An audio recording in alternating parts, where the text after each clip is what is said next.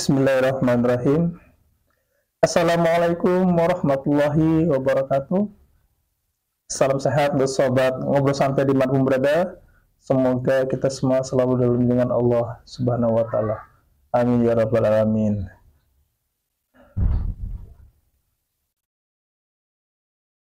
Mengawali video ini,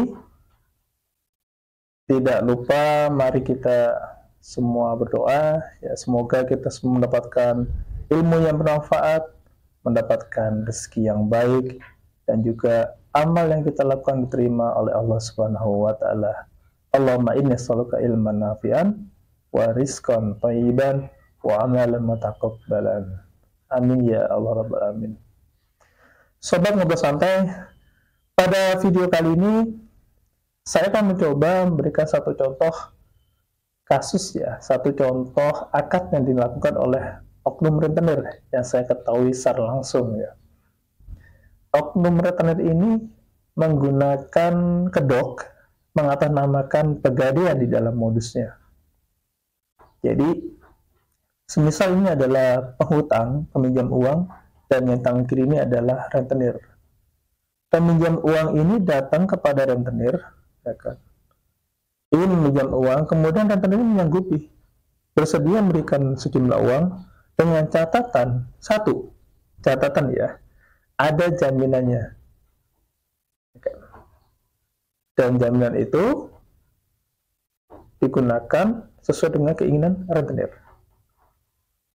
Pada kasus yang pernah saya ketahui secara langsung, peminjam uang memberikan jaminan 1 unit sepeda motor. Tapi oleh rentenir ini, sepeda motor ini tidak disimpan di tempat dia. Rentenir ini membolehkan peminjam uang ini untuk menggunakan motor tersebut.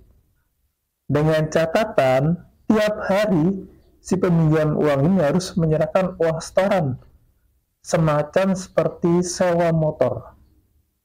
Jadi sewa itu, uang harian itu di luar dari hutang yang dibebankan. Subhanallah, ya.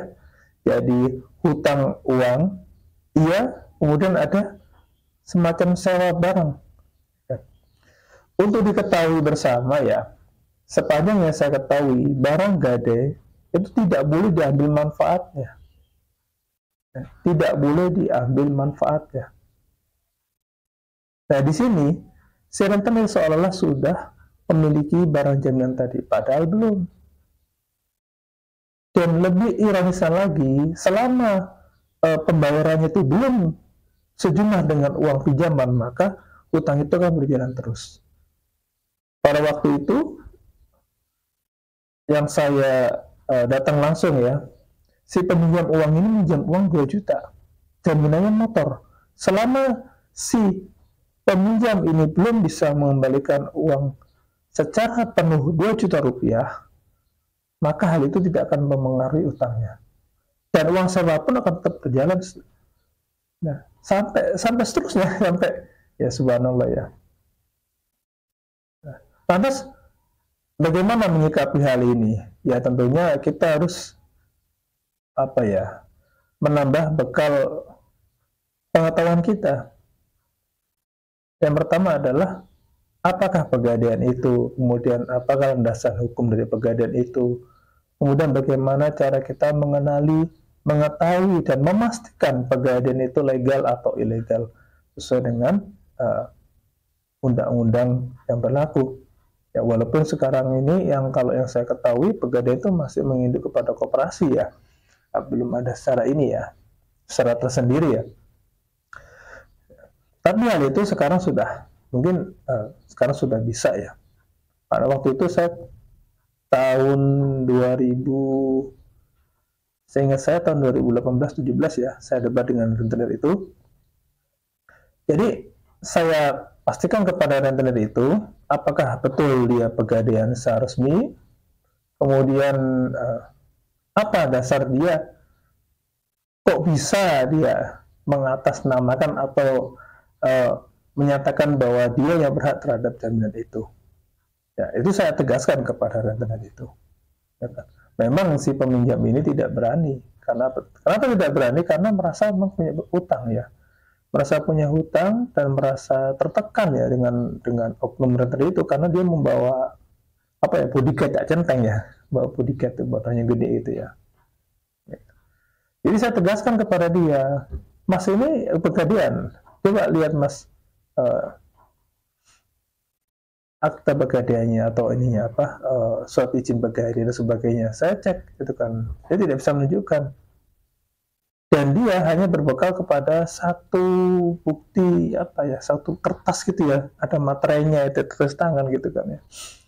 Itu ya menurut saya bukan pegadaiannya resmi, tidak seperti itu ya, ya kan. Apalagi dia menggunakan background aparat di situ ya. Ini yang punya aparat ini sebagainya. Wah, ini yang makin runyam ya, karena apa? Terkadang kalau masyarakat sipil kalau sudah berkaitan dengan aparat pasti akan males ya, urusannya pasti akan panjang ya. Dan waktu itu saya tanyakan langsung, aparat mana Mas? Mas TNI atau Polri atau apa itu? Nggak usah ambigu, saya bilang gitu. Kalau emang orangnya bisa dihubungi sekarang, datang sekarang. Ya. Oke, saya hubungi, kata rentenir itu. Tapi setelah saya tunggu-tunggu 5 menit, 10 menit, ternyata dia nggak berani menghubungi. Betul dugaan saya bahwa dia hanya menggertak.